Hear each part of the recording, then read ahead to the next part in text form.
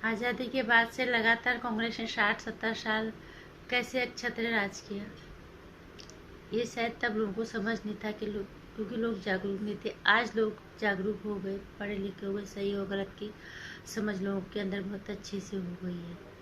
इसीलिए लोग बदलाव चाहते हैं और कांग्रेस मुक्त भारत चाहने की जो इच्छा है उसके पीछे कई कारण हैं। नमस्कार, स्वागत है आपका मेरी चैनल नंदिनी जो मैं हूं नंदिनी। कांग्रेस मुक्त भारत हम तो खैर नहीं कहेंगे, लेकिन इनकी खुद की नीतियां जब आज हम देख रहे हैं कितनी गलत थी।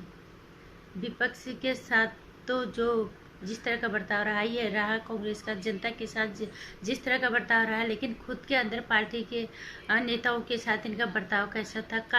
काबिल लोगों की कद्र कांग्रेस में कभी नहीं हुई। इस बात का प्रमाण है भारत रत्न पूर्व राष्ट्रपति स्वर्गीय प्रणब मुखर्जी इसका उदाहरण है। आज समझ में आ रहा है ये चीज़, क्योंकि वो 2 बार प्रधानमंत्री बनते बनते रह गई। तो एक बार तो तब था 84 में, जबकि तब एक बार के लिए तब समझ में आता है, क्योंकि तब जब इंदिरा गांधी की हत्या हो गई थी उसके बाद समझ में आता है कि चलो पहले दावेदारी उनकी बेटे की थी। हालांकि प्रणब मुखर्जी ज़्यादा काबिल इंसान थे,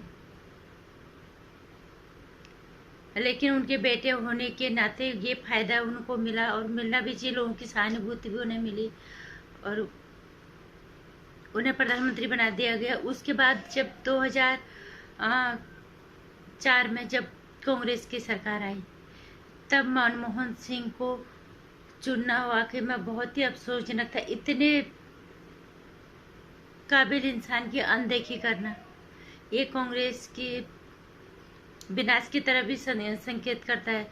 और आज भी जब बड़े नेताओं को हमें आवाज उठाने की हिम्मत नहीं पड़ी कभी, और अगर चले भी जाते हैं आवाज उठाने के बाद, जब हमने देखा है खुद प्रणब मुखर्जी गए थे, उन्होंने दूसरी पार्टी बनाई, फिर वो मिल गए उसी के साथ, क्योंकि कांग्रेस के अलावा कोई विकल्प ही नहीं था लोगों के पास। और उसके बाद शरद पवार और वो संगमा इन दोनों ने अलग पार्टी बनाई। हालांकि वो तो आज अलग ही है, लेकिन वो भी अलग गए, इसलिए कि यहाँ पे कांग्रेस के अंदर जो है काबिल लोगों की उसकी इज्जत तो नहीं होती है, लेकिन लोगों को अपनी बात रखने का अधिकार भी नहीं है। और यही बात अभी साबित हुई है कुछ दिन पहले, जब कांग्रेस के 23 नेताओं ने पार्टी के खिलाफ साइन करके, पूरे अध्यक्ष के खिलाफ उन्होंने हस्ताक्षर करके दिए कि अध्यक्ष बदलो, चुनाव करो। उन्होंने पार्टी हित में ही तो बात की, लेकिन वो परिवारवाद से बाहर नहीं निकलना चाहते। और इसका नतीजा यही होता है कि हमेशा वरिष्ठ नेताओं के और काबिल जो लोग होते हैं उनकी अनदेखी होती है, या तो फिर दब के उनकी गुलामी करके वहीं रहो, और या फिर वही होता है कि उनको कोई इज्जत वहाँ पे पार्टी के अंदर नहीं मिलती, और या फिर लोग पार्टी छोड़ के जाते हैं, तो फिर कांग्रेस पार्टी उन्हीं पे दूसरी पार्टी पे इल्जाम लगाती कि उनके साथ साठगांठ हो गई। बहुत अफसोस होता है कि प्रणब मुखर्जी जैसे विराट व्यक्तित्व, आसमान को छूता हुआ व्यक्तित्व जो जमीन से जुड़ा हुआ रहा, ऐसे इंसान की काबिलियत को पहचाना ही नहीं कांग्रेस ने। उनको जिस चीज के वो हकदार थे उन्हें हक मिला ही नहीं, और यही आज भी कांग्रेस के अंदर हो रहा है। लेकिन आज लोग समझदार हो गए, आज लोग जागरूक हो गए, इसलिए कांग्रेस को लोगों ने बाहर का रास्ता दिखाया। इसीलिए कांग्रेस पिछले 2014 में इतनी बुरी, जो कांग्रेस सत्ता में है वो इतनी बुरी तरह से आ रही है, और 2019 में वही हाल रहा। और आज भी राहुल गांधी कोई जमीनी लड़ाई नहीं लड़ रहे, वो ऊपर ही बात कर रहे हैं।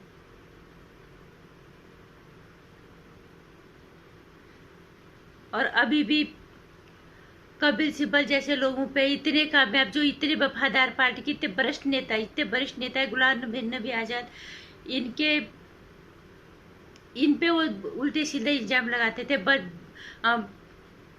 उनकी बात सुनने के बजाय उनकी बात सुनने के, उनकी बातों पे गौर करने के, कि इतने साल इतनी जिंदगी इन्होंने जूते घिस दिए हमारे इस पार्टी के लिए, हमें उनकी बात पे गौर करना चाहिए। गौर करने के बजाय उन्हीं पे उल्टे सीधे जो है दोषारोपण कर दिए जाते हैं। ऐसे में क्या पार्टी अपने अस्तित्व को बचा पाएगी? अपने अस्तित्व को बचा पाना भी कांग्रेस के लिए बहुत मुश्किल हो जाएगा। आज भी हम देख रहे हैं राहुल गांधी उल्टी सीधी हरकतें कर रहे हैं। युवा नेता कहते हैं उन्हें, वो युवाओं की तरह बात कहाँ करते हैं। जब प्रणब मुखर्जी का निधन हुआ तब ये बातें खुल के हमें हम समझ में आ रहा है कि मतलब कितने काबिल इंसान, कितना विराट व्यक्तित्व उनका था, कितने अच्छे से कांग्रेस पार्टी को संभाल सकते थे। लेकिन कांग्रेस पार्टी के अंदर काबिल व्यक्तियों को या तो बाहर जाना पड़ा या तो वहाँ दब के रहना पड़ा, क्योंकि जो लोग अपने जुबान के उसूलों के पक्के होते हैं उन्हें यह होता है कि हम इस पार्टी में है तो हम इसी पार्टी में रहे शुरू से लेकर लास्ट तक। और इसका प्रमाण है कपिल सिब्बल जैसे लोग या गुलाम नबी आजाद जैसे लोग। क्या पार्टी के अंदर रह के इतने साल उनको अपनी आवाज उठाने का हक नहीं है? यही चीजें हैं जो कांग्रेस को एकदम पूरी तरह से किसी और के कहने पे खुद के ही अस्तित्व को मिटाने के लिए जिम्मेदार होगी कांग्रेस पार्टी की विचारधारा, जो ये परिवारवाद की जो विचारधारा यहाँ से बाहर नहीं निकल पा रही है। किसी और को, जो प्रियंका गांधी आई सीधे महासचिव बना देगी, उसने क्या किया पार्टी में? सिर्फ यही कि वो सोनिया गांधी की बेटी है, वो गांधी परिवार की बेटी है। इसके अलावा उन्होंने पार्टी के लिए कुछ नहीं किया। वो लोग जो जूते चप्पल की जिनकी जिंदगी घिस गई, उनको कोई प्रतिष्ठा नहीं, उनको सम्मान तक नहीं, उनकी बातें तक नहीं सुनी जाती। तो ऐसे में इस कांग्रेस पार्टी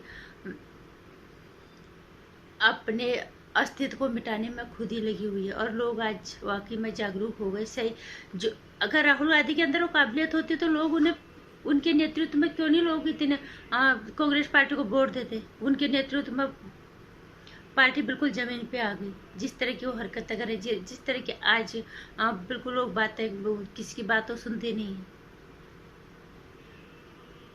सबने यही बोला कि वो जिद्दी हैं, सुनते नहीं है किसी के। तो जिद्दी हैं तो सुनो,